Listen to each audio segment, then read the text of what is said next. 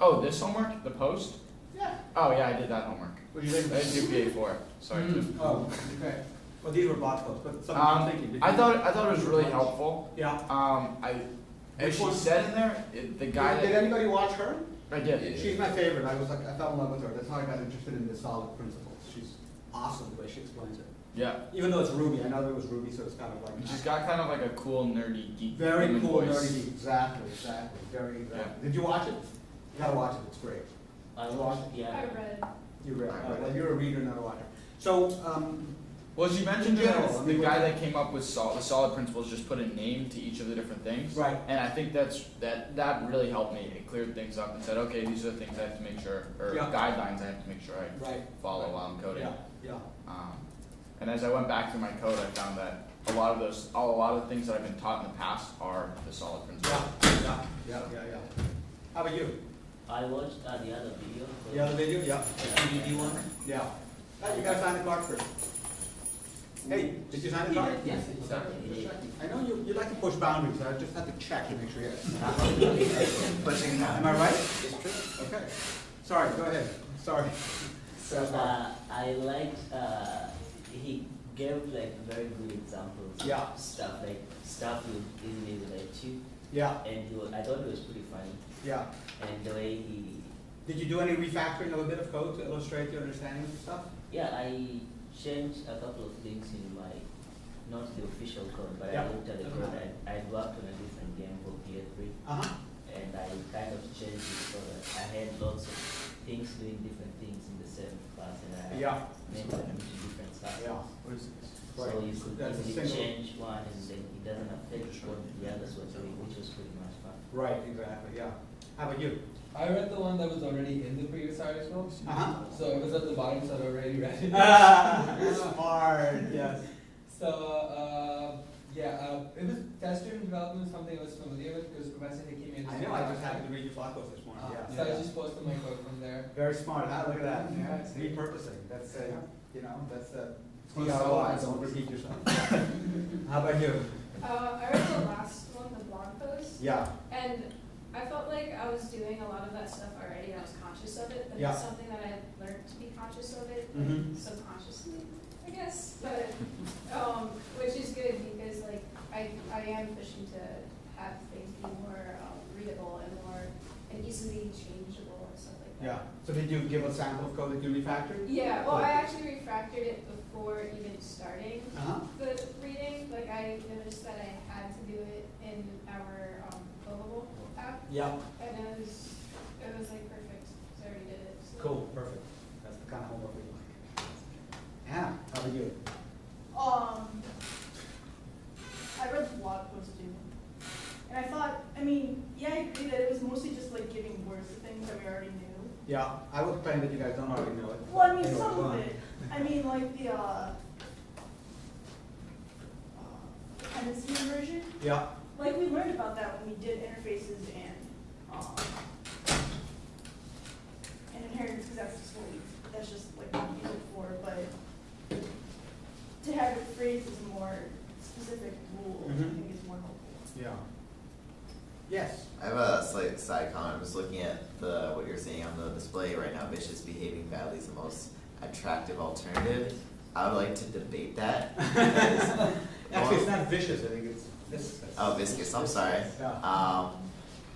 Anyway, so normally when I code, if I do this one thing and I really want to change it, I'll spend hours on doing it. And it's like, in a way, I'm behaving badly because I'm getting so stubborn on that one thing that I can't see any other way of doing it. Right. But at the end of it, I just trash it and I just wasted like 3 hours of it. Yeah, but this is, I don't know how many of you guys have a drawer like this or a cabinet like this in your kitchen. It's like, once it's, yes, I know everybody does. Once it gets this way, you have no choice but to behave badly. That's not gonna, once you get code gets a certain degree of messed upness, then the code as it exists is just gonna, it's gonna force you to be a bad person, which we don't want. Okay, so, good. Yes. Sorry, any other comments? Yes. It's not much Basically connected like the English language with the speaker language. Like, Yeah. okay, what do I want my program to do? If I want it to see the view and or the controller, there's something wrong. Because using both those conjunctions. Yeah. Then you're not following the principle that says that your class says this single. Yeah. So I think that was interesting. I mean, you know, all these, everything I'm gonna talk about today and all the stuff that's read is trying to give you metaphors to use to put into some kind of a structured language, something which feels on the surface like an intuitive, magical process. And so you'll see a lot of things that are, oh, I understood this way, and they gave it another name here. That's because there's a kind of a struggling to come up with a way to explain the stuff, to learn the stuff, and to get better at it. So, so learning objectives for today are, you know, I'm going to approach it top down and bottom up with the objective of learning, starting to learn about good design, good object-oriented design. So the design pattern concept looks at it in a very bottom-up way. A little bigger. And the solid object-oriented, so very bottom-up, very tied to the code. And the solid principles is very top-down, kind of very structural. You know, these are the principles. It's a very large topic. Not only can't you do it justice in one lecture, I mean, in my own bookcase, I have 3 or 4 books on this. There's whole courses on it, there's time on the web. So the objective is really to get you guys to realize or believe that good design is not accidental and it's not a magical God-given talent, but it's something you can learn, but you have to work at it. And to start thinking that it's actually very, very interesting. And even though you won't be able to, I still can't apply all these things and all the patterns, because there's too many of them. But knowing that they're there starts you realizing that you don't have to reinvent the wheel or come up with an invention every time that people have been there before. There's a method to it. It can be studied, it can be mastered. Credits, just so you know, this lecture is chock full of links. So 99% of stuff in here came from somebody else. There's many more links in here than I think you'll be able to follow, but if you care about the topic, these are some really good ones that I found as I was researching with my previous writer, so you may want to get back to this.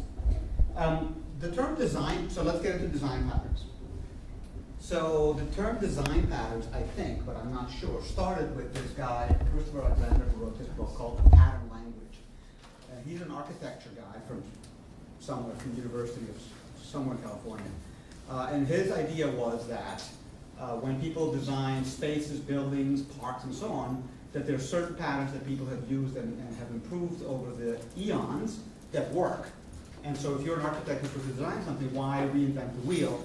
Why not learn from that? And he actually made this book called The Pattern Language. Has anybody actually seen this book?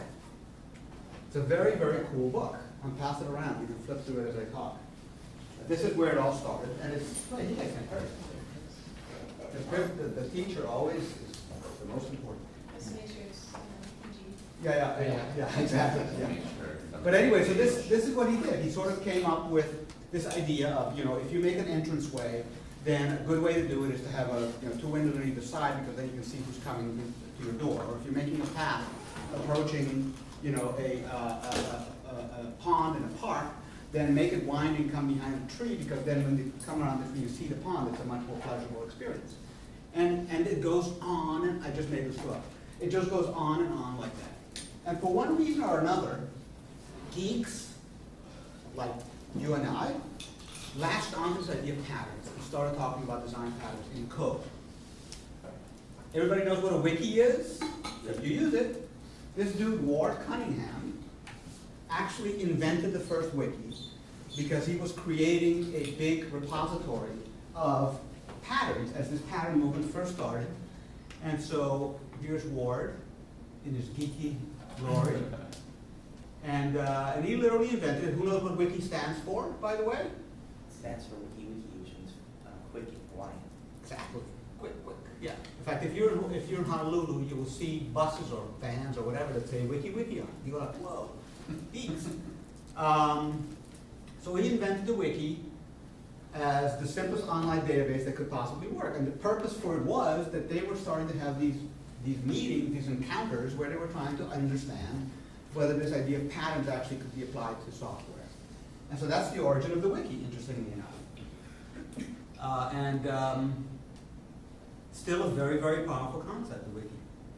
So, and then finally, not finally, but The kind of the Bible for design patterns is this book that's lovingly called the Gang of Four book, but it's actually called Design Patterns, Elements of Reusable Object-Oriented Software, which is, where the first relatively exhaustive catalog of patterns was sort of written up. Now, before I get into that, I found another very good presentation, which I'm just going to use a little bit of, called Some Object-Oriented Design Principles, because before even getting to lofty topics like patterns and solid principles, there's some like really basic things that apply generally. Let me see if I can figure out how to work this here, because I want to just get to this. I kind of think that, in a way, and I haven't thought this through enough, but in a way, the underlying ground truth is that you do better if you hide details or encapsulate details. So one part of the system does not know what the other part is doing. And so change in one part of the system does not affect change in the other part of the system. That principle, in a way, you could say, motivates almost everything else that comes after. I'm not sure this is, it may be too much of a generalization, I'm not sure, but as I was thinking about this, that's what's striking. You have to sign. Oh, sorry. I will Don't stop. put it- you can take. Yeah, double dipping, I don't know. So, and this idea of, I mean, I don't know if who was this, Tony Hoare? Came up with the idea of the term information hiding or whatever. I mean, this is back in the 60s. They finally started putting a name to this. But basically the idea of hiding stuff, abstractions are fundamental ways to deal with complexity. It's focused on the outside view of an object that separates an object's behavior from its implementation. It's very, very basic, and I think it applies everywhere. So, some simple principles. And by the way, and I'll repeat this over and over again, all these things are rules of thumb, guidelines, good practices, and they get violated all the time. And somebody pointed out that if you look at the Android API, it's full of violations of this, and it's true. Because this is what we aspire to, but there's always either good or bad reasons to break the rules, because they're not really rules, they're guidelines. So bear that in mind. But by default, ask yourself, should my instance variables be public? Or should I have an accessor and a setter for that? By doing that, you can, for example, in the case of, well, I'm just down here.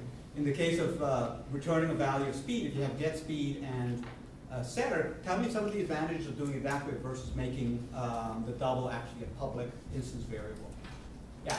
Because you don't want someone to necessarily change the value of speed, so if you made it public, they can change it. Yep. Any other reason? Much more powerful reason than that, actually. Sorry. Right. Readability? Do you think that x dot speed is less readable than x dot get speed paren? No. Security. So this way you can make it private. Yeah. So you don't want external methods to change it unless they use the accessor method. But why is that? Why don't you want external people to use it without using the accessor method? Yes. Yes, you. Security, and people wouldn't be able to call it by mistake or change it, and if they change that one variable, Yeah. then it could break the entire program. Yeah. Yeah, dependency. For if you change speed Yeah. in another class, Yeah. then this class is dependent on its speed being changed somewhere else. Right. But actually, even more. Yes. Is it just because it's going against what you want it to be, so they're going against what, no? No, there's a very pragmatic reason, which is you might change the representation of how speed is stored. You might decide that storing speed in miles per hour was not the best thing. You want to store it in meters per nanosecond. Now, by revealing to the outside world how you were storing it, you might decide that a float is not enough, it should be a double. By revealing to the outside world how it's being stored or how it's being updated, you are now creating a dependency between your implementation of this object, whatever it is, and whoever's the client of this class. Okay? Here, the example he gives here is, what if he wants to put a constraint on it? Well, you want to make sure nobody can put a speed that's negative. Well, if you had them setting the variable, then they couldn't, then of course you couldn't have that constraint. You may want to change the units in which it's being stored. Any number of reasons. So the fundamental thing is that by making the speed instance variable public, you have revealed the implementation of this object that's called an object, an airplane object in a game. You've revealed an implementation to the rest of your system, which means whenever you change one of these things, you run the risk of breaking somebody else's code. And there's a few more examples. Okay, so I wanted to show that, and the rest will come, but that's like a very basic one. That one is like very uniform. So in general, hide everything. In general, try to reveal as little as possible about the implementation of the class to other users of the class. And by the way, can I ask the people that have laptops open to close them so we can focus on this stuff? Thank you. Okay, so that's the basic principles. Let me go back to my main part here. Okay. So the core value, information, hiding, or encapsulation.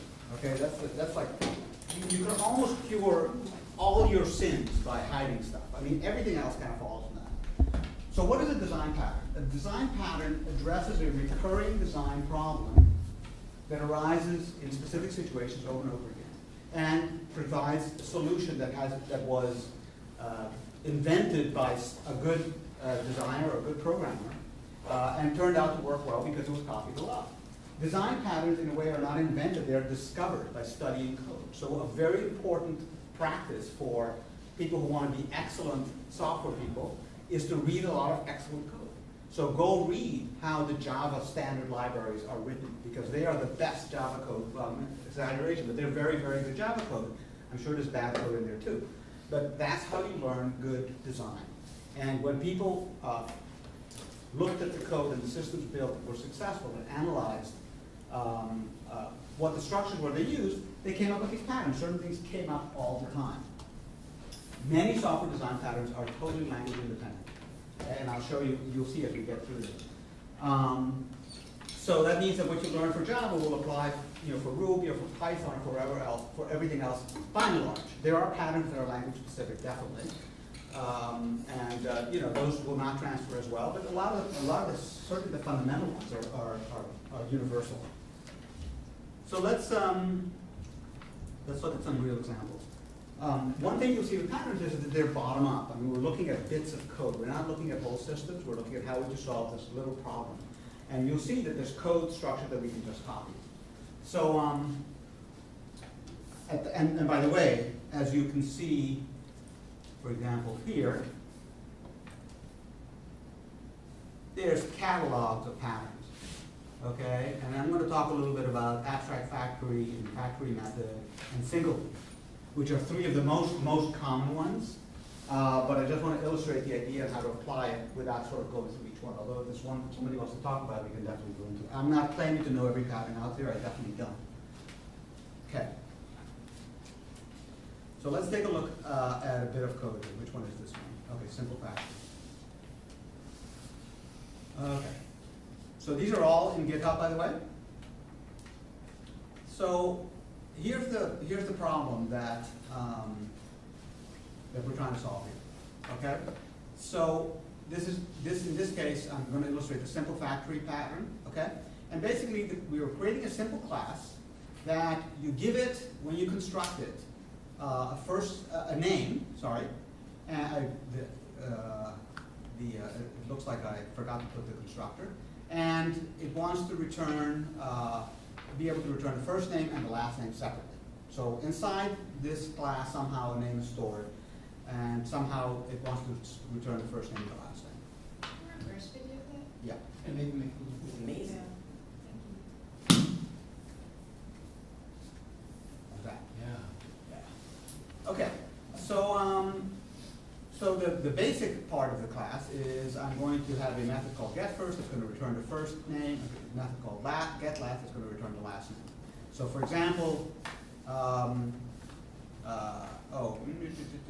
yes. So if I say new first, so that's a certain class that I want, this down here, with the string Peter Salas, and then call the method .first on it, it's going to return Peter. Okay? So how do I implement that? Well, basically, I start by extending the namer class up here, and I call the extension first because it's extending namer. And I won't go into the code, but it's basically going to look at the string that I gave when I constructed this class, S, look for the space, store the first name first in the variable, in the instance variable first, last name in the instance variable last. Okay? So far so good. Now I want to do the same thing with the last name, and I write with a name written in the other way, so Salas, Tito, and I make a new class called last first with the name written this way, and when I say last, it's going to return Salas. And this code looks like this. It's again extending namer, and it's going to look for the comma separating, and it's going to store the first name as the thing after the comma, and the last name as the thing before the comma. And now we have basically the namer class, get first and get last will do the right thing depending on which one you construct. Now the question is, which one do you construct? So here's an example of a factory. So all a factory is a bit of code which ends up instantiating an instance of a class. So the most elemental factory, of course, is A equals new namer, because new namer is constructing a name object and setting it to whatever the left-hand side is. So a factory is another method which generates a class, but now with a bit of logic around it. Okay? So the example here is very simple. The namer factory has a class method, public static, called namer. So I can call namer factory, get namer, sorry. Namer factory dot get namer and a string, and I'm going to do dot last, and it's going to turn Icelandic here, and it's going to return my last name. So how did that work? Well, basically, namer factory, that's capitalized, it's the class. Get namer is a static method.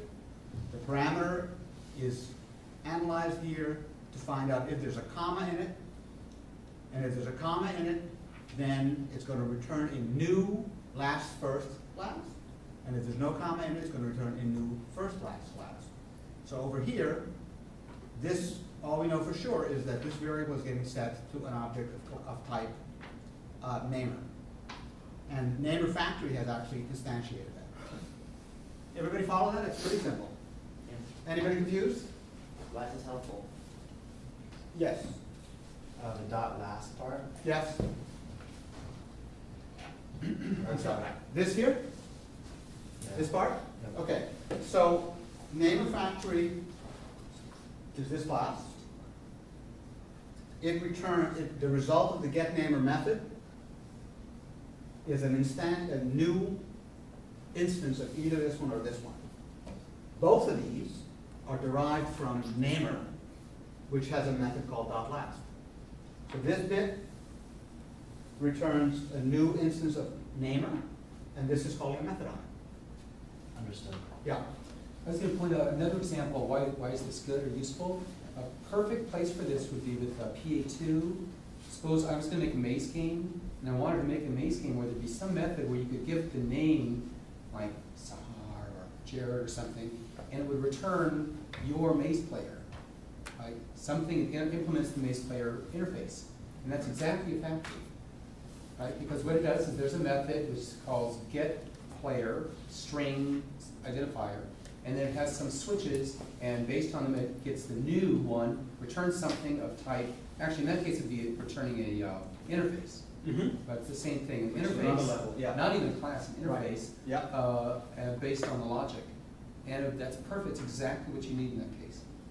So it returns something with that, a class that implements that interface, and it's really common pattern. Yeah.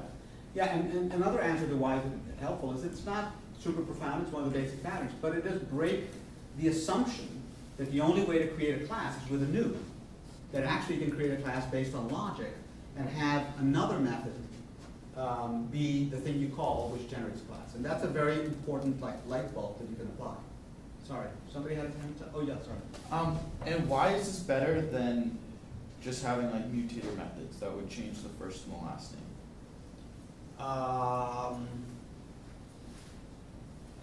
Mutator methods that would change, well, the goal here is to have yeah, you could, yeah, well, I'll give you a few ideas, even though I don't quite understand your question, but what if I want to make this work in countries where people have 3 last names? Okay. Right, Gaspar? How many last names do you have? Although the concept of last name is not even accurate, right? It's kind of whatever, but so, or. So you enter one string and. So you may have a, Kenyan name, Right. namer, and you may have a Curacao namer, or whatever. So it gives you an ability to extend the logic of this thing without having to change the code, which is the open close principle. Okay. And I have one other question too. Yeah, sure. Is there a limit to how many classes or how many classes you want to have inside of another class? Well, in this case, there's no class inside of another class. What do you mean by a class inside of another class? Like subclasses. Oh, subclasses. So inheritance. Yep. Inheritance. Not so Sorry? much inheritance, just. He means like nested classes. Yeah, you mean Like inner inner classes, classes inner and outer classes. classes. I mean, there's no hard and fast rule, really, but, since I thought you would ask about inheritance, I'll just talk about inheritance for a second. Okay. Inheritance is a very popular concept with beginners because it's kind of cool, it's kind of neat. But by and large, inheritance often leads to trouble. And so make sure, and we'll talk about this a lot more, that if you're doing inheritance, that it's a legitimate case. By and large, many cases, referring to the class rather than subclassing is better. It's a better approach. And the answer to how many, I mean, it's a general complexity question. Just like a method that goes more than one page is like ipso facto a bad method. I don't care what's in it. And I'm sure I've written those myself. A system that has, classes that are hard to understand. I mean, and I mentioned this in another lecture, one of the very subjective thought process I go through is, can I actually express in English what this class is? Right. And if I can't express what it is, then probably it's not a good class, because it has to correspond somehow to a concept that you can somehow put your arms around. And if it's too many things at once, it's a problem. Okay. But that's very subjective. Thank you. Yeah. Sorry. No? Okay. All right. So that's one example. Let's go for another example. Oh my God. I don't know what to do with this. There's a simple, let's look at an abstract factory, which is another variation on that theme. And you gotta remember, there's so many examples here, I have to reorient myself when I look at this thing. Okay. Oh yeah. So here we're doing a strange little application, which I got out of the book. I think this book is a very, very good book because it's pretty thin and it covers it well in Java design pattern. By the way, I'll take my book back. I love this book. Do you guys love this book? Isn't it totally cool? It's like, I mean, I haven't read it, but I flipped through it. It's totally cool. Okay, so basically this application is, I want to create a way to organize my garden, different kinds of gardens, and select what plants I should plant in the middle or the edges. Or one other place. Center, border, or shape, in the shape. Okay, so I'm just going to show you the solution and we can talk about it. So we first of all have a plant class, which simply returns some properties of the plant. What the color, how much water does it need, how much spacing does it need. Then we have an abstract class garden. Who can define an abstract class? Everybody should. Somebody else, somebody else, somebody else, somebody else, somebody else, somebody else, somebody else. How about from this side of the room? Yes. I know you guys know it. I know it. Go ahead. An abstract class is it's like something, it's like to create an object that you don't want the user to be able to create. Right.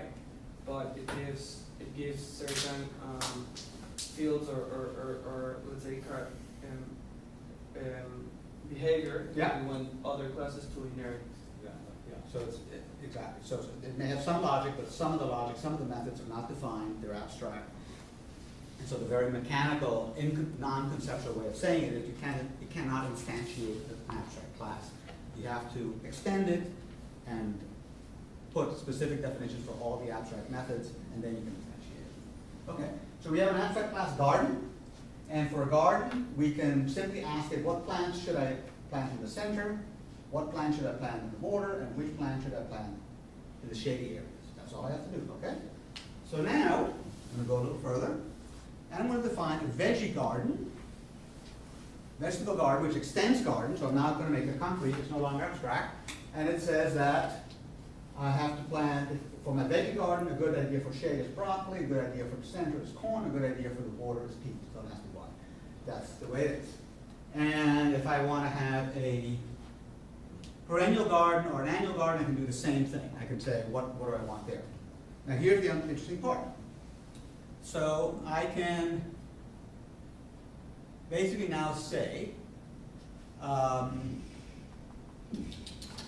I'm going to say garden plants is a new veggie garden, and then I'm going to say what plants should I plant in the center, what plants, what color are those plants, and what is the spacing required. And the way it works is, if you go back here, you see that, in fact, the veggie garden itself is an abstract factory. Abstract because the garden is an abstract class. I have I've extended it, and each of the methods includes a new plant, specific new plant. So when I say new veggie garden, what's going on is I'm going to get, when I say get shade, I'm going to get broccoli. When I say get center, I'm going to get, but I'm getting an instance of the class plant in each case. So that I know for sure that this variable center plants, which is of type plants, is going to be a plant.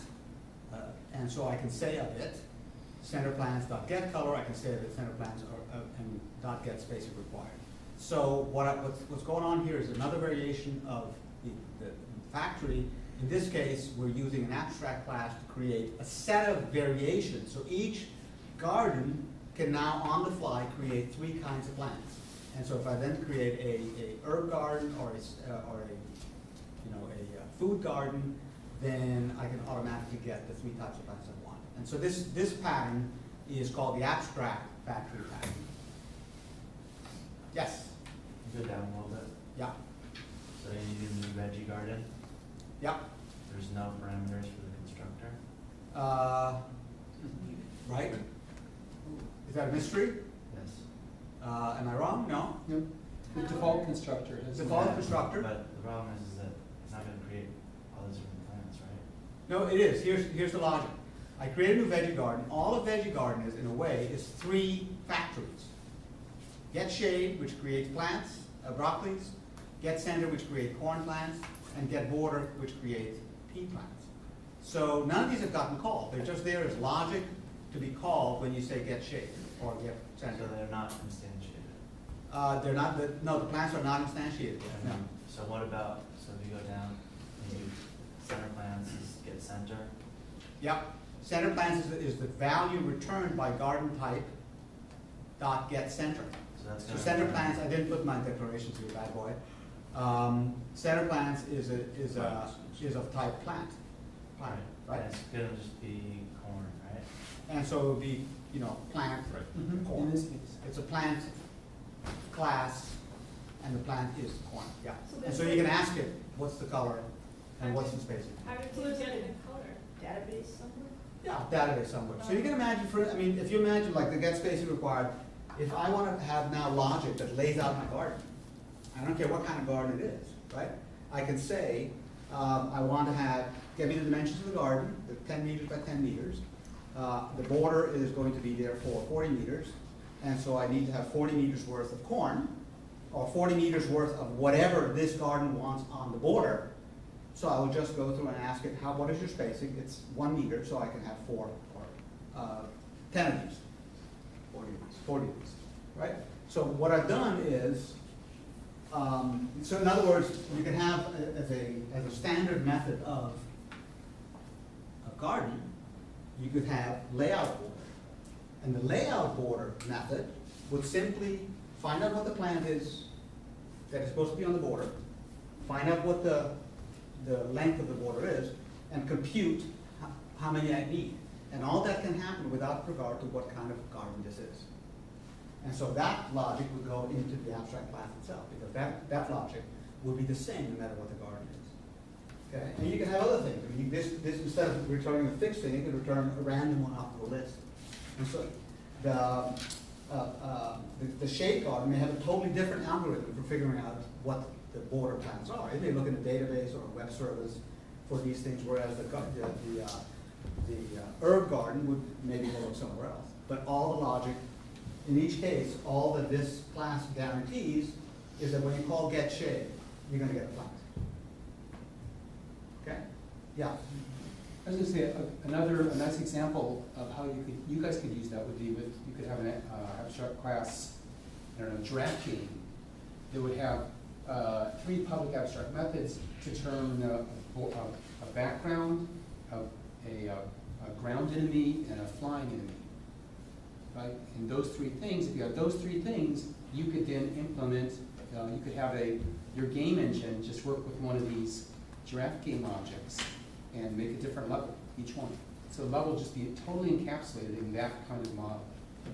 And then you could have a factory method, which say level 1, level 2, level 3, level 20, Right. and just boom, pop up these things. So it's a way of sort of putting the details at arm's length so they're not really reachable, but you have just what you need to run the game. Exactly. And you know, what makes it a factory again is the fact that these methods are returning new instances of a class. So those could be new instances of an enemy, could be new instances of an obstacle, but then when you get it, you don't know how you got it, but you have it and you can use it. And so that makes this a factory. Okay. Next. So as I said, let me do one more actually, which is even simpler. Has anybody had a situation in your product, in your apps, where you needed one and only one of something? Yes. Can I just ask a clarification Sure. question? The term factory, Yeah. is that just your term? No, it's a very universal term. And is it involved in the code, or is it just kind of like? It's a pattern. It's a pattern. There's no, I don't know of a language that has a factory command. Well, I know there's bitmap factory. It's general construction. Well, but that's not the language, that's the library. That's the particular Android library, where they use the word factory, bitmap factory, to tell you that this method is going to return a new instance of a bitmap, I'm going to assume. I see. And so that's communicating with you by using that term that you know now. So would you name your like abstract class? Level factory? Yeah, something like that. Would you do that? Or people I would say, if you named it level factory, I would assume that there's a method in there that returns an instance of a level object. That, to me, makes it a factory. Yes, sir. One thing that we're having trouble with is setting only one user ID. Yeah. For the app, but giving each person a different user ID. Right. That I know that's a slightly different scenario than what I have in mind, but I understand that one. What I have in mind is that there's a, for example, in the example of giraffe, it might be, one and only one instance of the park class.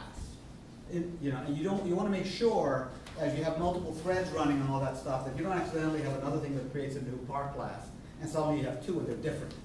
And that's a problem. That's a bug that people see often. I thought I only had 1. Turns out I have 2 because this thread created and it didn't properly coordinate with each other.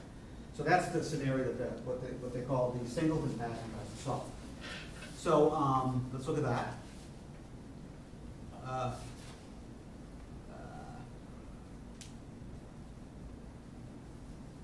Singleton pattern, very, very simple, but let's go through it.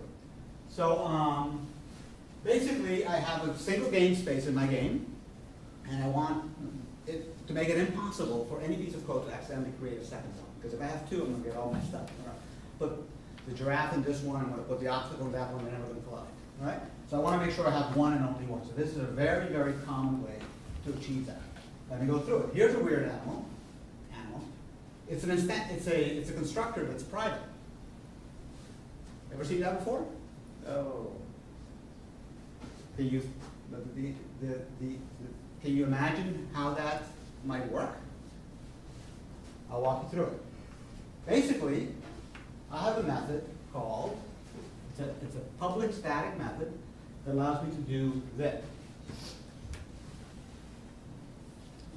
Game space, which is the class, dot instance, or call dot get instance, whatever you want to call it, your own method. And it returns the one and only game space instance in this system. You cannot have a second one. How does that work? Here's game space instance. It's a public static, it's a class method. there is also a private instance variable called the space. And this method says, if the space is null, then the space becomes a new game space. Crazy, huh? It's doing a new from inside of it. Otherwise, or in any event, return to space. So if the next time around somebody calls this, they gotta get the space equals, oh, it's not, it isn't null, just return. So there's no way to have a second one, because number one, you cannot say new game space anywhere else but here. Anywhere else in the system that's compiled. So all you can do is this. And then you can do g.reset, because it's just an instance of this class, and it has other methods. And you can be sure that you're doing the one and only game space in problem. Very simple, very, very powerful, yes? So it's just a private constructor doing that? It's nothing to do with the private field, like the field to be public then? Or- This, Yeah. if you made it public, that's going back, that would allow it to be defeated. Because now somebody could wipe it out, somebody could grab it and use it somewhere else. But I thought it was a constructor being private that. Yeah, but if this is not private, I can say Oh. g.gamespace, or the space, Okay. right? And so, like, your impulse always should be, make everything private, and then convince me why it shouldn't be, versus make everything public, and then wonder if it should be private, yeah. I don't see where G is anything instantiated. Okay, gamespace.instance calls this method. Right, but G is a variable, right? Gamespace G. Oh, I'm sorry, this is a Ruby program. I left the declaration out here. It's gamespace G equals gamespace dot. Sorry about that. Okay, so wait, then that would be accessible, right? But this G it's a variable outside in some other piece of code. The class ended here. This is some other place in the system. And now, whenever you need to access gamespace, you do this. So this is somewhere else. This is all uncompilable code. All my code here is uncompilable. So is the point just keep things separated for security? No, the point is that, okay, here's the alternative. The alternative would be, I say G equals new gamespace. And then hold on to G like madman, because anybody else who needs to know their gamespace, I have to make sure they get by G. And if anywhere else somebody did G equals new gamespace, now I have two gamespaces and everything is great. So this particular pattern guarantees that within the running of your system, there's never more than one instance of gamespace. Did you have something to add? Yeah, I was gonna say, another example is, suppose you wanted to have one thing that's gonna connect to a web server, right? Only one, but you wanna be able to get it at any time. G.instance, gamespace.instance always guarantees you'll get that one thing whenever you need it. And if you made it public, up there, right, somebody could in one instance get the G.instance, store it on the file, and the next time the program is around, read it from the file and change it, and put the old one up there. So you can corrupt it. But this way, it's incorruptible, unless you're really hacking, and don't hack that way. I mean, there's a kind of bug, and some of you might have seen it, where you literally believe that there's only one user, and yet when I set the value here and I check it over there, it didn't happen. And it turns out, after you pull all your hair out, actually, unbeknownst to you, you have two of them. And they were different. This one was creating a thread, maybe there was a throw catch that misbehaved or something. And that's the problem this is trying to address. Now, this is basically the Java object-oriented equivalent to a global variable. Global variables bad. These are good. Yes. Now, What does the keyword synchronize mean? That's just to that's a little bit of a frill that I just copied out of the example I was being inspired by. It just says that if I have two different threads that exactly at the same moment do gamespace instance, that one cannot check, find it to be null, decide that it should create a new one at the very instant that the other thread does the same thing, and therefore you end up with two. Okay. So that's what synchronize is doing there. Yeah? I actually thought global variable was an example of following solid principles. Can you explain to me why global variable would be bad in Java? Okay. Yeah. Because when you have global variables, it means that you have to make sure that your code is properly cooperating with each other. And if you have a lot of global variables, it means that the core state of your application is being stored in many different places. In fact, I think Well, I think in Java you can have global. You can have actual global variables essentially. But Public static. public static, but it has to be inside of the class, doesn't it still, or not? Oh, you have It it does have inside to a be class. Yeah. We Inside call a it class. a class. So this is more like old-fashioned global variables like in C or in Fortran. You know, just the idea of anything being global, so every part of the system can see the same thing and modify it, is the ultimate violation of information hiding.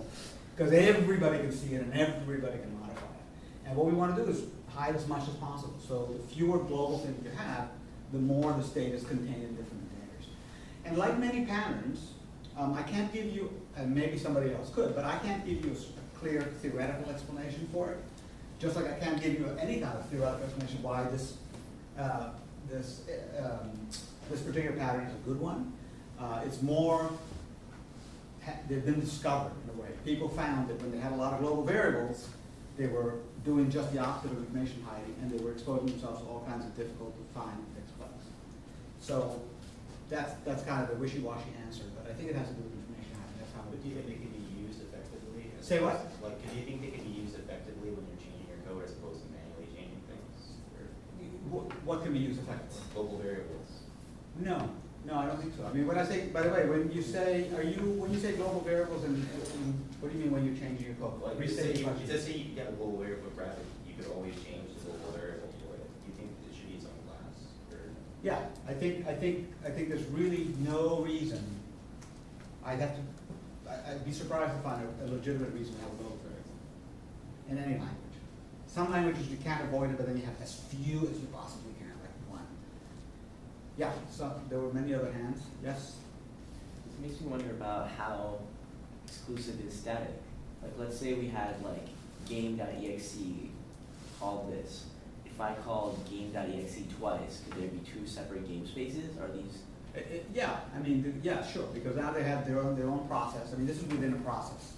I mean, again, there's other variations, but the straightforward case is it's one application, and within that one application, there's exactly one copy of game space. But if I was able to run that application twice, then you would have two.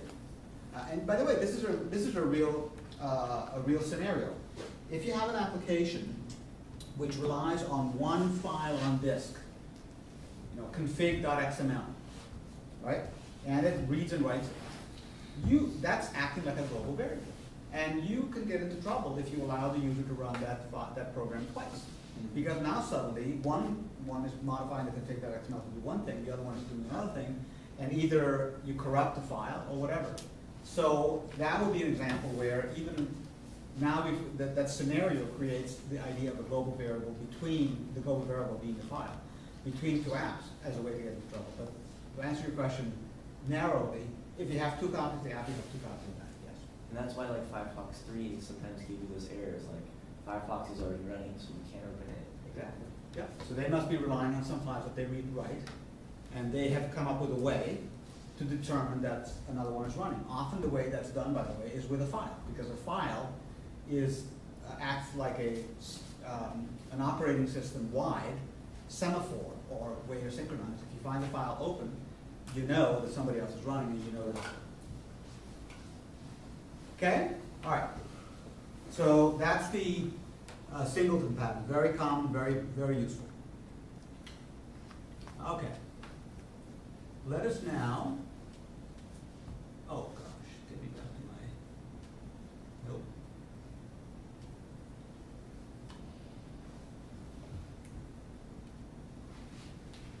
All right. So, all right. So I'm going to start and just show you one of these, and then with a brick. This is a sequence of 4 made up. I think I made them up. A gradual application of patterns and object-oriented design to sort of illustrate some of these ideas in actual code. So I want to start with the bad one. Oh, I know what it is. It is made up. It's inspired by code invocable, but it has nothing to do with actual code invocable. But basically, the problem that this piece of code is trying to solve. So this is no code. I wrote this. And it's all. It won't even compile, as you can see from the disclaimer at the top. Can you zoom in? Yes. This is not a real code. It will not compile because it's incomplete and defines multiple classes and code snippets. It is just to illustrate blah, blah, blah. Peter, can I just ask one question before you go forward? Yeah, Those comments at the top, yeah, is that JavaDoc? yeah. No, it's just regular comments. Okay.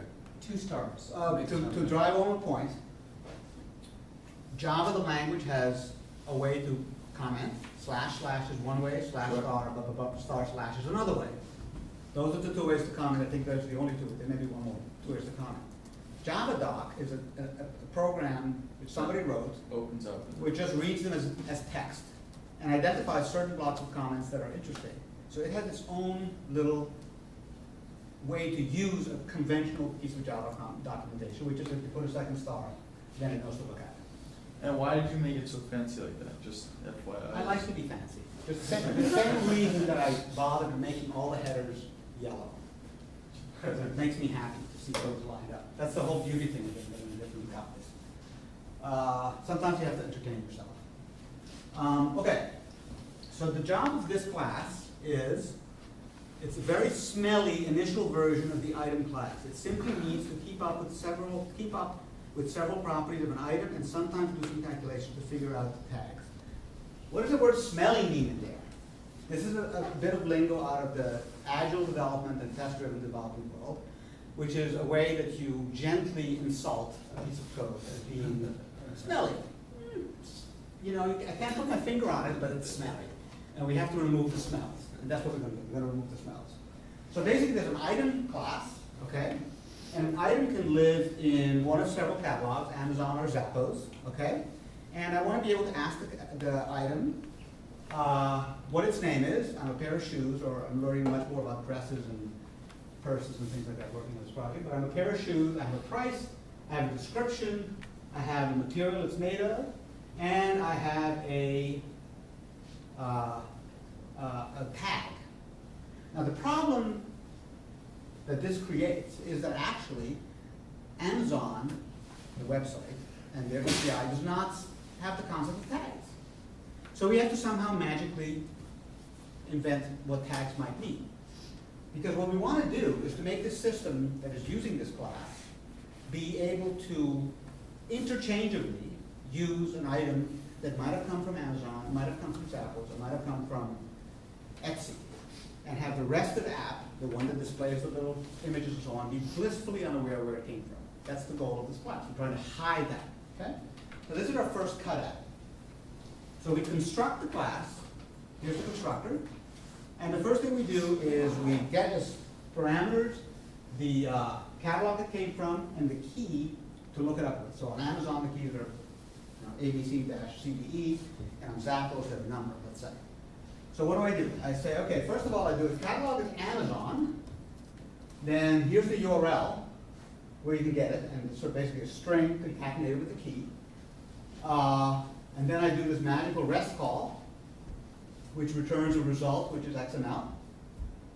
And then I grab out of that the name, the price, the material, the description, but I have no tags, because Amazon has no tags. If the catalog is Zappos, then here's my URL, and I call all that stuff, but they don't have materials. What a pain, right? But they do have tags, although this example doesn't show it. And then I have the final method for this class, which is getTagList. And getTagList says, if the catalog is Amazon, then I'm going to calculate the tags from the strings. In other words, I'm going to look at name, which is a phrase, description, which is a phrase, and material is a phrase. I'm going to concatenate them into one big string, and then I'm going to find interesting words in there, and that's going to be my tags. And I'm going to return as an array list of strings. However, in Zappos, that's not going to work, because in Zappos, we're going to instead get a string. This is a little bit incorrect. What I really should put here is tags, the word tags. Because in Zappos, the REST API returns me a string variable called tags, which is the tags, but they're with commas, A, B, C, and so on. So here I'm going to just chop it into words and return that. That's the smelly way to do this item. Okay? Let's take a break. I know it's just leaving the suspense, leaving it hanging. I know what happened. Yeah. I'm actually not sure what happened next. Can't keep it every day. That's my chart. Oh, wait. Jeremy. car? Did you take charges? Has everybody had? What? Okay. Do you have the sign? Yeah, sorry about that, we thought it was. Oh, look at this, this is I awesome. don't have the hard charger. Everybody had, so we can, Oh. Has everybody had at It's least back one, at the suite. I can get it snack to at you least at one? noon, is that okay? Yes, Alright, sorry. I agree. By the power vested in me. Once everybody's had the first one, it's a free for all. Pretty sure Did everyone. did you not sign? Yeah, I signed. Okay, good, thank you. Good, huh? You have the first. I kinda stole all those buttons Yeah, this is, from I really enjoyed it. another game, so I'm gonna kinda. Good for you, Oh, though. No, we don't, yeah, we do actually. And it's, The thing is, I think, I love it. you can It's jump into it. fascinating, and it's kind of, you know, it's a never-ending exhaustion, because if you look at those patterns, you just, if you enjoy the stuff, you read the book, you go, It's like a, that's you what have I the do. fruit. Oh. Because the pattern books in Ruby are not the same as the pattern books in Java, because I think it's a younger. you like this one? You have to hit the fruit with your head, though. Was Ruby originally written in Java? No, the thing is, that's just rotating the item right now, it doesn't actually do The anything. main developer. Or I mean, rotating the canvas. And the guru is a Japanese guy, who speaks very bad English. So like. The coordinates are not actually changing of the head with the. No, I think that redraw, they if that use, makes any sense. I don't know, but Right. it's, the original interpreter is written in C, Basically so it's just regular C. make Oddly enough, this until entire Ruby thing 1.9, it didn't actually have the support hit for zone for, Unicode, so it could only do Western so it's character not sets. possibly not Uh, only the head. So, yeah, they write in C, but their comments Yeah, are that's something we can say. I haven't seen the code myself, but it's all open source, you can download it. And I sort of got it scaling, sort of. For what? It scales too. For the tablet and. Sort of, but like it's doing it that perfectly. It's just you take the coordinates, you divide them by 800 because it's 40. I would do And you the multiply them by homework for the current device. lecture, because usually, or often, you know, we try It works to sort of. make it Yeah. sort of like get your A brain little bit into of the right both, but. state to be able to control the lecture. But yeah, Although sometimes I have the big it's thing a we're little trying bit to worry challenging about to is decide, like, because sometimes one, we wanna get the the reading net is, more smooth. feels useful. I mean, right now, it's just kinda like, Sometimes yeah, the lecture, because you have to watch flying it. off. But that's the, Do you I would think we say should that's just, the priority. do you think we should still use rotate? We're considering dropping that, cause I try to drop that, yeah. I don't know what else we could do it with though. Replacing images. Oh, you know, this is really cool, look at these, it jumps, Yeah. the distance increases because we left the axis down here. But, you're replacing images anyway with the, you're not We should turn replacing this them off. with the left now. So it's not No, really- no, we took that out. Right.